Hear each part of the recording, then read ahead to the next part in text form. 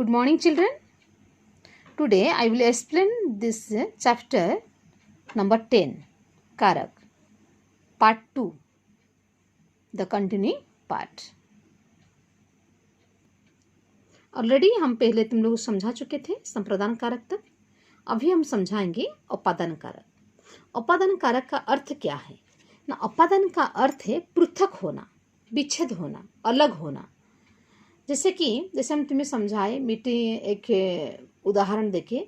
पेड़ से पत्ता गिर रहा है, पेड़ और पत्ता के बीच में और रिलेशन नहीं रहा, दोनों का बीच में विच्छेद हो गया है. पेड़ से जिससे विच्छेद होता है उस जगह में हम उपादान कारक का प्रयोग करेंगे. किससे विच्छेद हुए ना? पेड़ से विच्छेद हुआ तो पेड़ के जगह में हम उपादान, पेड़ से जो लिखा गया है अगर उसको हम अंडरलाइन करेंगे तो क्या बोलेंगे ना? उपादान कारक का ये उदाहरण है. यहाँ पर बहुत सारा उदाहरण भी दिया है. प्रियंका ने पेड़ से फूल तोड़ लिया. फूल और पेड़ में और संबंध नहीं है. क्या किए ना? फूल तोड़ क्यों ले आए हैं? तो यहाँ पे पेड़ से क्या है ना? उपादान कारक का उदाहरण ये है. ड्राइवर बस से उतरा. ड्राइवर और बस के बीच में और संबंध नहीं है, वो भी बस से उतर चुका है. तो यहाँ पे जिससे विच्छेद हुआ उसी जगह में क्या होता है ना? उपादान कारक का प्रयोग होता है. ये बस से क्या है? उपादान कारक. देन क्या है? संबंध कारक. संबंध कारक क्या है ना? किसी के बीच में क्या रिलेशन है. जैसे उदाहरण दे सकते हैं, दशरथ का बड़ा बेटा, राजा दशरथ के बड़ा बेटा श्री रामचंद्र है. किसका? राजा दशरथ का बड़ा बेटा कौन है? श्री रामचंद्र है. श्री रामचंद्र और दशरथ के बीच में क्या रिलेशन रहा ना? पिता पुत्र का रिलेशन रहा, पिता पुत्र का संबंध रहा. का किसका बेटा? दशरथ का. का जो प्रयोग हुआ इसमें क्या है? ये संबंध कारक का उदाहरण है. यहाँ पर भी उदाहरण कुछ दिया है. वो मुकेश का बड़ा भाई है. मुकेश का बड़ा भाई, तो उस मुकेश के साथ में क्या संबंध है ना? भाई का संबंध है. जहाँ जिसका है बड़ा भाई, जिसके है उनका जगह में का प्रयोग हुआ है. तुम्हारा घर कहाँ पर है, हमारा, ये सब संबंध कारक का उदाहरण है. देन जानेंगे अभी अधिकरण कारक. अधिकरण कारक क्या है ना? ये इसका अर्थ होता है आधार अथवा सहारा. संज्ञा पर या सर्वनाम के साथ युक्त कारक से यदि क्रिया के आधार, स्थान अथवा समय का बोध होता है उसे हम अधिकरण कारक कहेंगे. तुम कहाँ पर हो? हम पूछेंगे अभी तुम कहाँ पर हो? मैं घर में हूँ. क्या बोलोगे? मैं घर में हूँ. घर में हूँ किस में? कहाँ पर हो? घर में हूँ. अगर तुम छत पर बैठे हो तो बोलो मैं छत पर बैठा हूँ, मैं छत पर हूँ. छत पर, तो ये है अधिकरण कारक. जहाँ पर हो या किसी कहाँ पर बैठे हो, मैं प्रयोग किए या पर प्रयोग किए, वो है अधिकरण कारक का उदाहरण. पेड़ पर चिड़िया बैठी है. कहाँ बैठी है ना? पेड़ पर. ये बोला है अधिकरण कारक का उदाहरण. दिन जानेंगे संबोधन कारक. संबोधन कारक क्या है ना? किसी के जब हम संबोधन करते हैं, बुलाते हैं, पुकारते हैं, वो है संबोधन कारक. सपोज स्कूल तो अभी नहीं है, अभी हर टाइम तुम लोग को कुछ ना कुछ खाने के लिए इच्छा होता होगा. मम्मी को बुला रहे, मम्मी मुझे ये वाला चीज़ दो ना खाने के लिए, मम्मी ये ला दो ना, पापा ये ला दीजिए ना. तो पापा मम्मी तुम लोग बुला रहे हो, ये क्या? ये संबोधन है.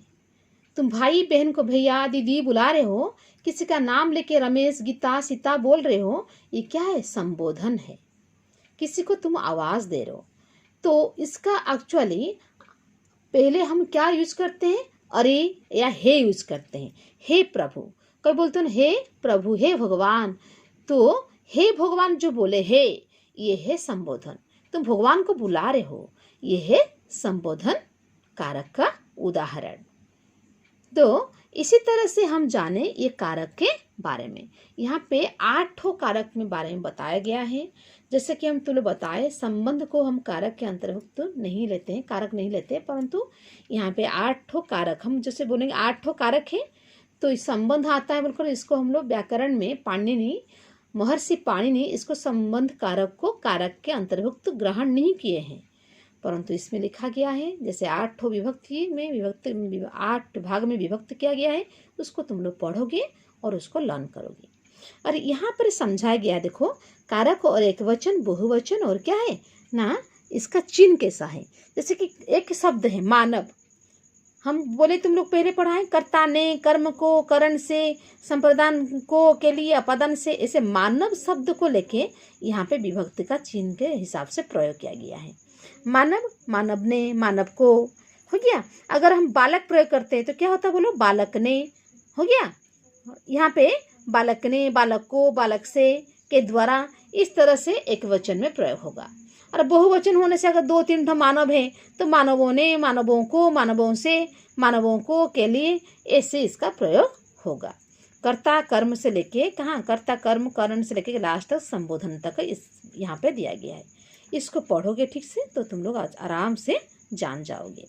This page number 92 now you see, यहाँ पे देखो भी दिया है कर्ता छात्र ने, कर्म छात्र को, करण छात्र से, छात्र के द्वारा, संप्रदान छात्र को, छात्र के लिए।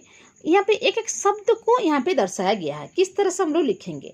फिर देखो यहाँ पे एक तो दिया है बच्चा, बच्चे ने, बच्चे को, बच्चे से, यहाँ भी दर्शाया गया है। नेक्स्ट फिर से क्या, कवि, कवि ने, ई कारण शब्द को दर्शाया गया है, आ कारण शब्द को दर्शाया गया, छात्र अकारण शब्द है दर्शाया गया। देन यहाँ पे बड़ी कारण का है शब्द माली, माली ने, माली को, यहाँ दर्शाया गया। देन ऊ कारण शब्द है, यहाँ भी दर्शाया गया है। हाँ, अकारण शब्द जो भी है यहाँ दर्शाया गया। देखो कर्ता, माता, माता ने, माता को, माता से, माता के द्वारा। यहाँ पे जितना सारा दिया है वर्ड को उदाहरण माध्यम से समझाया गया है, तुम लोग इसको पढ़ोगे, पढ़ने से बहुत चीज को जान जाओगे। देखो यहाँ पे भी दिया है कर्ता के ने विभक्ति का प्रयोग। सकर्मक क्रियाओं के सामान्य, आसन्न, पूर्ण, संदिग्ध और हेतुमद्भूत कालों में कर्ता के ने चिन्ह का प्रयोग होता है। सामान्य भूत में होता है मैंने दही रोटी खाई, मैंने। आसन्न में भी मैंने दही रोटी खाई है। यहाँ पे तुम लोग इसको पढ़ने जानोगे। देन संयुक्त क्रिया के अंतिम खंड के सकर्मक होने पर भूतकालों में भी कर्ता के ने चिन्ह का प्रयोग होता है। ने का प्रयोग किस तरह से होता है यहाँ पे बताया गया है। यहाँ पर भी सकर्मक अथवा अकर्मक क्रियाओं के बाद डाला या दे धातु के रहने पर सामान्य, आसन्न, पूर्ण तथा संदिग्ध भूतकालों में कर्ता के ने चिन्ह का प्रयोग होता है। हाँ, राम ने पेड़ को काट डाला, कहाँ पे ने प्रयोग होता है, कहीं कहीं पर ने का प्रयोग नहीं होता है। इसके बारे में पढ़ने से तुम लोग जान जाओगे। Okay, complete this chapter. Next video I will say this chapter exercise. Thank you.